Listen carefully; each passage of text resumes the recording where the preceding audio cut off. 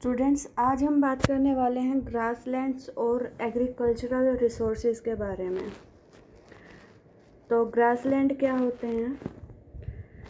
वनों की तरह घास भी प्राकृतिक वनस्पति का महत्वपूर्ण अंग है। तो वो इलाके जहाँ पे बहुत बड़े बड़े पेड़ नहीं उग सकते, तो उन सारे के सारे इलाकों में जो है वो घास प्राकृतिक रूप से उगाती है और इन्हीं क्षेत्रों को जो है वो ग्रासलैंड बोला जाता है।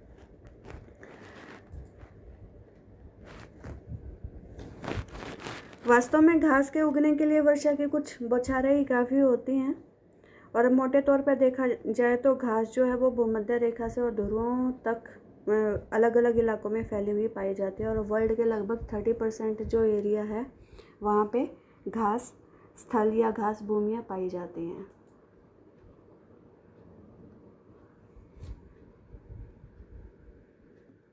जो ये ग्रासलैंड होते हैं आपके, वहाँ पे जो पशुपालन है वो ज़्यादा व्यवसाय जो है वो उन्नत किस्म में पाया जाता है।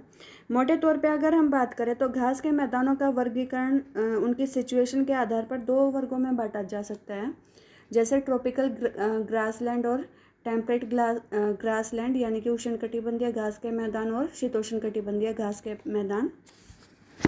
पहले हम बात कर लेते हैं ट्रॉपिकल ग्रासलैंड की। तो उष्णकटिबंधीय घास के मैदान भूमध्य रेखीय आर्द्र वनों और गर्म मरुस्थलों के बीच में पाए जाते हैं। तो आपको पता ही है कि भूमध्य रेखा के लगभग 5 डिग्री नॉर्थ और 5 डिग्री साउथ में तो जो है आपके भूमध्य रेखीय वन पाए जाते हैं, और 30 डिग्री के जो 30 डिग्री नॉर्थ और साउथ लैटिट्यूड हैं, इनके पश्चिमी भागों में स्पेशली आपके मरुस्थल पाए जाते हैं। क्यों? क्योंकि यहाँ पे सनमार्गी पवनें जो हैं वो आ नहीं पाती, सनमार्गी पवनों में जो है वो जो है आ नहीं पाती, और इसकी वजह से क्या होता है, जो महाद्वीपों के जो पश्चिमी भाग हैं वो वर्षा रहित रह जाते हैं और इसी वजह से यहाँ पे ज़्यादातर मरुस्थल पाए जाते हैं। तो इन दोनों स्थलों के बीच में जो है ये आपके पाए जाते हैं। जैसे मैं अगर आपको दिखाऊं, उष्णकटिबंधीय घास के मैदान जो हैं इनका विस्तार भूमध्य रेखीय प्रदेश के उत्तर और दक्षिण में 5 डिग्री से 30 डिग्री अक्षांशों के बीच में पाया जाता है, और यहाँ पे जो बारिश है वो 100 सेंटीमीटर के आसपास होती है। मोटे तौर पे अगर इनकी बात करी जाए तो इन वनों को इन ग्रासलैंड को सवाना बोला जाता है। घास के मैदान है, और जो उष्णकटिबंधीय घास के मैदान है उनका मोटा मोटा सा नाम है उनका सवाना प्रदेश। लेकिन विभिन्न क्षेत्रों में घास के मैदान अलग अलग नामों से जाने जाते हैं। जैसे अगर हम बात करें वेनेजुएला की, तो वेनेजुएला में इसको लानोस के नाम से जाना जाता है। दक्षिण ब्राज़ील में कैंपोस के नाम से जाना जाता है। अर्जेंटीना में ग्रान चाको के नाम से जाना जाता है, और दक्षिण अफ्रीका में पार्कलैंड के नाम से ये जाने जाते हैं। उष्णकटिबंधीय घास के मैदानों में दूर दूर कहीं कहीं बिखरे हुए वृक्ष भी पाए जाते हैं। ऐसा नहीं कि पूरे के पूरे एरिया में आपको घास ही उगी हुई दिखाई देगी, कहीं कहीं पे छितरे से आपको पेड़ भी दिखाई देंगे। जो ये घास होती है वो थोड़ी मोटी खुरदरी, और इसमें न्यूट्रिशन थोड़ा सा कम होता है। काफ़ी ऊंची हाइट होती है, लगभग 2 से 3 मीटर ऊंची घास होती है ये। लेकिन अगर इसकी न्यूट्रिशन वैल्यू की अगर बात करें तो न्यूट्रिशन इसमें इतना ज़्यादा नहीं पाया जाता। और भूमध्य रेखा से जैसे जैसे हम गर्म मरुस्थलों की ओर जाते जाते हैं, क्योंकि मैंने पहले ही बताया कि ये घास के मैदान कहाँ पे मिलते हैं, भूमध्य रेखा और मरुस्थलों के बीच में ये घास के मैदान पाए जाते हैं। तो जैसे जैसे हम मरुस्थलों की तरफ जाना शुरू करते हैं तो वैसे वैसे घास की जो हाइट है वो भी कम होती जाती है। इन पे जो है बड़े बड़े जो पशु हैं जनरली वो चरते हैं, और मोटे तौर पे अगर हम बात करें तो ना तो उन पशुओं से अच्छी किस्म का मांस प्राप्त होता, ना ही उनसे अच्छी किस्म का दूध प्राप्त होता। यानी कि प्रति पशु दूध उत्पादकता रिलेटिवली इन घास के मैदानों में कम होती है। और मोटे तौर पे अगर बात करें तो पशुओं में बहुत सारी बीमारियां भी पाई जाती है, क्योंकि मैंने पहले ही बताया था कि घास के मैदानों में जनरली पशुपालन का व्यवसाय किया जाता है। तो इसी वजह से घास की खासियतें बताया कि ये जो घास होती है उष्णकटिबंधीय जो घास के मैदान में जो घास पाई जाती है वो लगभग 2 से 3 मीटर ऊंची पाई जाती है। घास रिलेटिवली मोटी होती है, और उसमें न्यूट्रिशन इतना ज़्यादा नहीं पाया जाता। तो जो बड़े बड़े जो जानवर हैं, जो पशु हैं, वही उसके ऊपर डिपेंडेंट रहते हैं। और अगर मोटे तौर पे उनकी बात करें तो क्योंकि पशुओं को हम किस लिए पालते हैं, या तो दूध के लिए या तो भाई किसी और चीज़ के लिए, मांस वगैरह के लिए। तो ना तो बहुत ज़्यादा उनसे मांस प्राप्त होता है, ना ही जो जो दूध वगैरह है वो भी इतना ज़्यादा उनसे प्राप्त नहीं होता है। दूसरे तौर पे अगर हम बात करें शीतोष्ण कटिबंधीय घास के मैदानों की, अगर हम बात करें तो शीतोष्ण कटिबंधीय घास के मैदानों को भी दो भागों में बांटा जा सकता है, स्टेपी और प्रेरी। तो ये जो शीतोष्ण कटिबंधीय घास के मैदान है, ये दोनों गोलार्धों में लगभग 30 से 45 डिग्री अक्षांशों के बीच में महाद्वीपों के आंतरिक भागों में पाए जाते हैं। आंतरिक भागों में क्या होता है, आंतरिक भागों में भी मॉइस्चर इतना ज़्यादा नहीं होता। क्यों? क्योंकि जो पछुआ पवनें होती हैं, स्पेशली आप ध्यान रखेंगे अब ये किस लैटिट्यूड की बात हो रही है, तो क्योंकि ये सारा का सारा एरिया ये किसका हो गया, ये पछुआ पवनों का होता है। तो पछुआ पवनें इस एरिया में जाएंगी और महाद्वीपों के आंतरिक भागों में जाते जाते वो भी शुष्क होती चली जाएंगी। बट क्योंकि ये ऊंचे अक्षांशों में पाए जाते हैं तो रिलेटिवली ठंडक का मौसम पाया जाता है। बारिश तो इतनी ज़्यादा होती नहीं है, लेकिन वो जो रिलेटिवली थोड़ी सी जो ठंड होती है, उस ठंड की वजह से वाष्पीकरण ज़मीन से इतना ज़्यादा नहीं हो पाता। तो इस वजह से जो है यहाँ पे घास जो है वो उगाती है।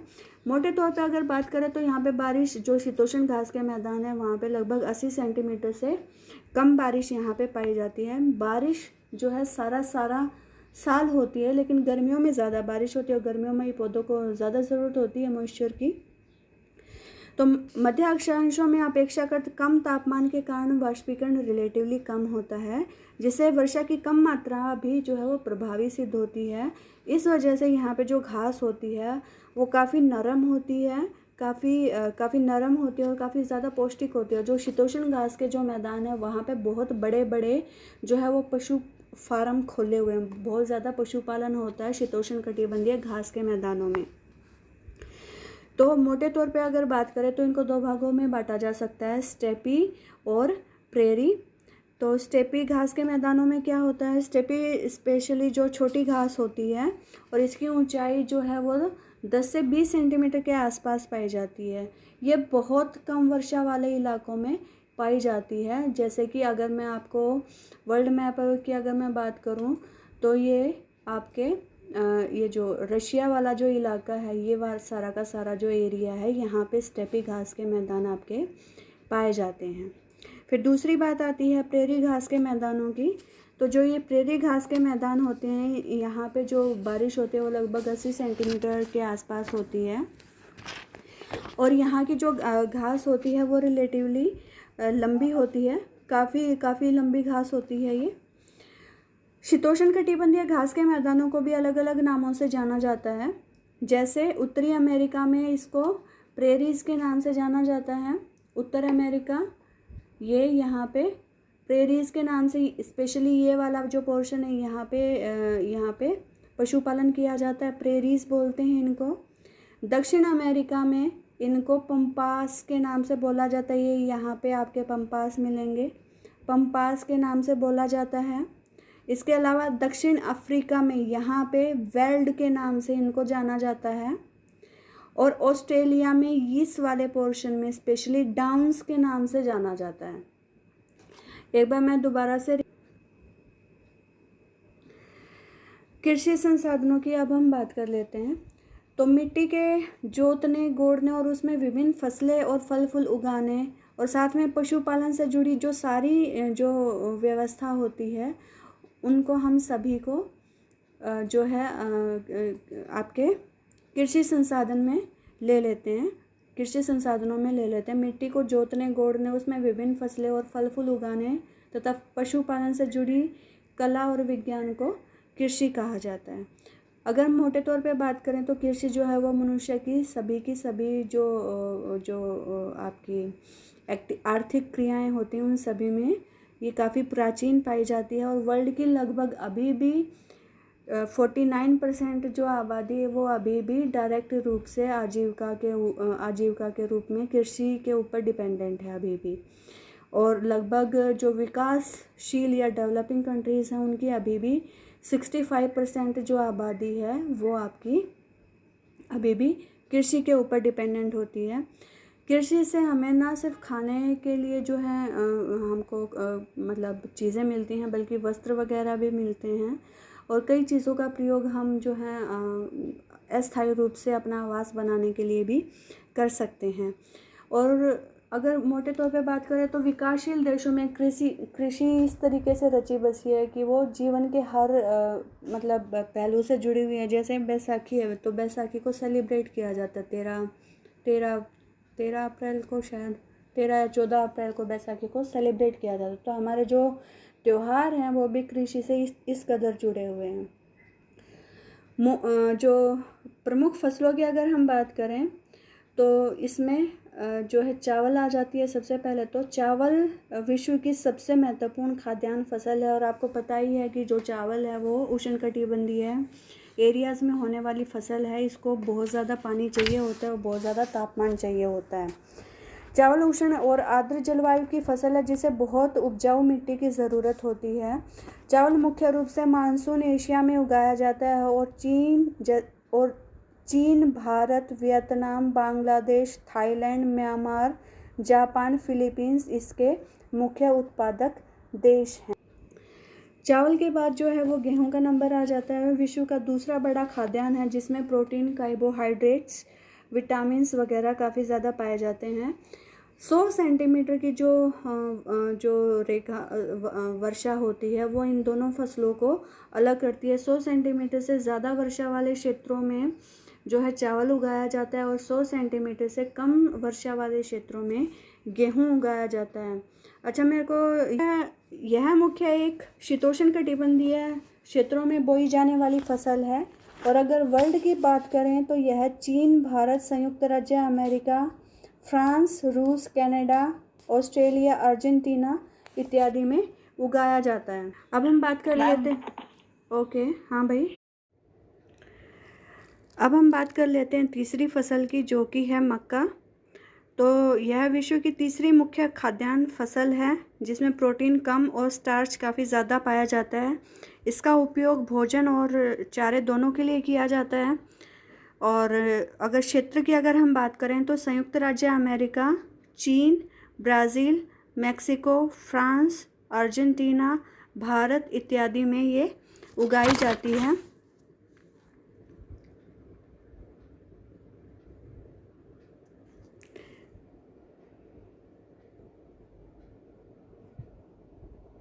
क्षेत्र की अगर हम बात करें एक बार तो आप देख लीजिए, संयुक्त राज्य अमेरिका, इसके अलावा चीन, इसके अलावा ब्राज़ील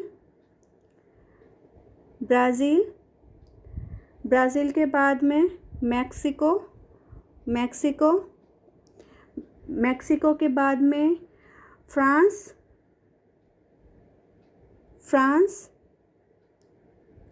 ये जो आपको पर्पल कलर में दिखाई दे रहा है, फ्रांस के बाद में अर्जेंटीना ये रहा, अर्जेंटीना और भारत इत्यादि में इसको उगाया जाता है। तिलहन की अगर हम बात करें, नेक्स्ट फसल की अगर हम बात करें तो उसमें आ जाएंगे आपकी वो सारी की सारी फसलें जिससे हमको तेल प्राप्त होता है, उसको तिलहन बोला जाता है। तो इन सभी में मूंगफली, तिल, नारियल, सरसों, अलसी, सूर्यमुखी ये सारी की सारी फसलें इसमें शामिल की जाती हैं। नेक्स्ट अगर फसल की हम बात करें तो नेक्स्ट फसल है चाय। जो चाय है ये मुख्य एक पेय पदार्थ है जिसे एक झाड़ी की पत्तियों को सुखाकर प्राप्त किया जाता है। और ये जो झाड़ी है ये पहाड़ की ढलानों के ऊपर इसको लगाया जाता है ताकि, क्योंकि चाय की जो झाड़ी होती है अगर इसमें पानी खड़ा हो जाएगा तो ये गल जाएगी और झाड़ी नष्ट हो जाएगी, इसीलिए इसे पहाड़ी ढलानों पे उगाया जाता है। और अगर इसके उत्पादक देशों की अगर बात करें तो भारत, चीन, श्रीलंका, इंडोनेशिया, जापान, वियतनाम और बांग्लादेश ऐसे देश हैं जहाँ पे चाय का जो है उत्पादन किया जाता है। एक बार लोकेशन देख लेते हैं इसकी। तो भारत, चीन, इसके अलावा श्रीलंका, इंडोनेशिया, ये इंडोनेशिया के अलावा जापान, इसके बाद में वियतनाम, ये यहाँ पे वियतनाम है येलो कलर में। वियतनाम के बाद में आपका बांग्लादेश, यही बांग्लादेश रहा। ये कुछ ऐसे देश हैं जहाँ पे चाय उगाई जाती है। कहवा, नेक्स्ट फसल की बात कर लेते हैं जो कि कहवा यानी कि कॉफ़ी। यह भी एक पेय पदार्थ है जिसे भी एक झाड़ी से प्राप्त किया जाता है। यह एक उष्णकटिबंधीय पौधा है जो कि ब्राज़ील में, ये ब्राज़ील रहा। ब्राज़ील के बाद में कोलंबिया, ब्राज़ील के पास में ही कोलंबिया है। ब्राज़ील के बाद में कोलंबिया, कोलंबिया के बाद में वियतनाम, ये यहाँ पे वियतनाम है। वियतनाम के बाद में इंडोनेशिया, इंडोनेशिया के बाद में भारत और फिलीपींस आपको दिखाई दे रहा होगा, ये फिलीपींस रहा। फिलीपींस के बाद में एक पेरू, तो ये यहाँ पे पेरू है। कोलंबिया के जस्ट नीचे पेरू है। तो यहाँ पे कहवा उगाई जाती है और कहवा का भी बड़े पैमाने पर अंतर्राष्ट्रीय व्यापार किया जाता है। नेक्स्ट फसल की हम बात कर लेते हैं जो कि है गन्ना। तो विश्व की जो 65% जो चीनी है वो गन्ने से प्राप्त की जाती है। ये एक उष्णकटिबंधीय पौधा है जिसका वर्धन काल काफ़ी ज़्यादा लंबा होता है। इसके कुछ एक उत्पादक देश हैं जैसे ब्राज़ील के अलावा भारत के साथ में चीन, पाकिस्तान, थाईलैंड, इसके अलावा मैक्सिको ये रहा। मैक्सिको के अलावा ऑस्ट्रेलिया के अलावा आपका क्यूबा,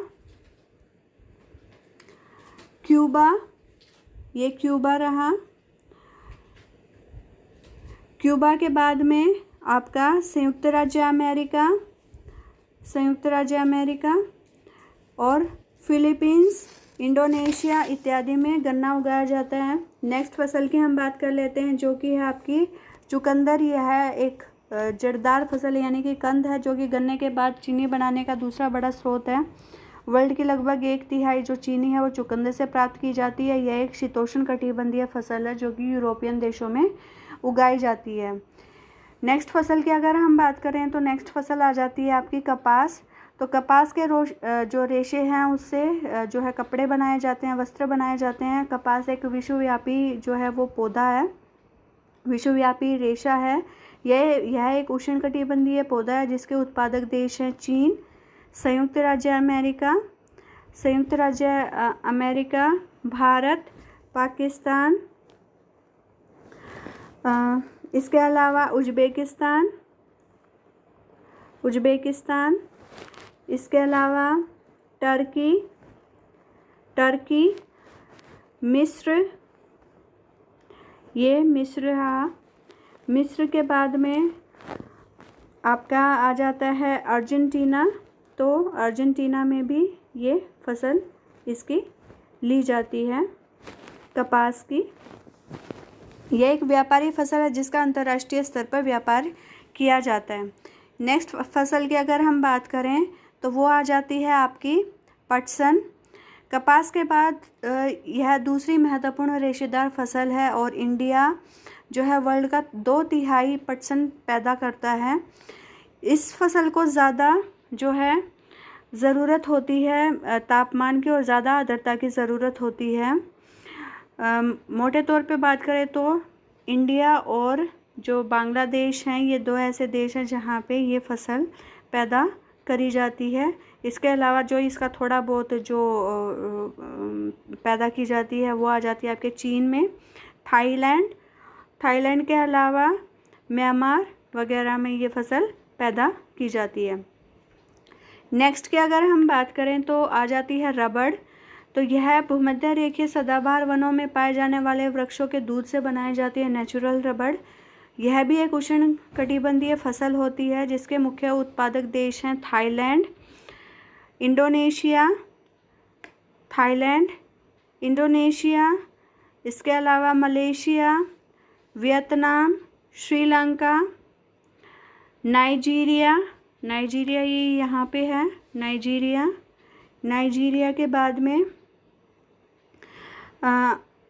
फिलीपींस, फिलीपींस ये यहाँ पे फिलीपींस, फिलीपींस के बाद में आपका Brazil, Cambodia, Brazil and then Cambodia, Brazil और कंबोडिया, कंबोडिया यहाँ पे एशिया में ये रहा कंबोडिया, वियतनाम के जस्ट नीचे। तो ये इन इलाकों में रबड़ बोई जाती है। नेक्स्ट फसल की बात करें तो तंबाकू। तो तंबाकू सेहत के लिए हानिकारक होता है, लेकिन फिर भी इसका उगाई जाती है फसल। और चीन जो है विश्व में लगभग 1/3 से ज़्यादा तंबाकू पैदा करता है। बाकी जो तंबाकू है वो भारत, ब्राज़ील, संयुक्त राज्य अमेरिका, टर्की, टर्की ये रहा टर्की, टर्की के अलावा आ जाता है आपका इंडोनेशिया, इटली, इटली भी पास में ही है, ये इटली है, इटली, अर्जेंटीना और पाकिस्तान। ये यहाँ पे अर्जेंटीना है, अर्जेंटीना एंड देन पाकिस्तान। तो ये वो इलाके हैं जहाँ पे तंबाकू की फसल पैदा करी जाती है।